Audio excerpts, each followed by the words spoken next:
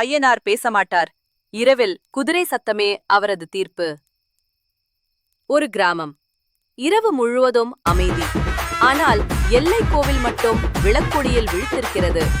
ஐயனார் பகலில் சிலையாக நிற்கிறார். ஆனால் இரவில் குதிரை ஏறி எல்லையை சுற்றி காவல் காக்கிறார் என்று ஊர் நம்புகிறது.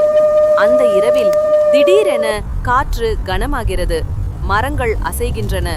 நாய்கள் ஊளையிடத் தொடங்குகின்றன.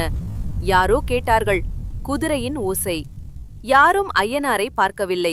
ஆனால் தவறு செய்தவன் அந்த சத்தம் கேட்ட நொடியில் நின்று போனான்.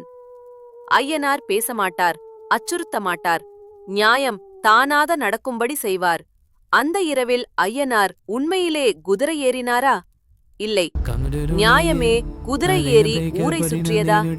அந்த பதில் ஐயனாரை நம்பும் மனசுக்கே தெரியும். இன்னும் உணர்ச்சி கதைகள் வரப்போகுது. Stay with us.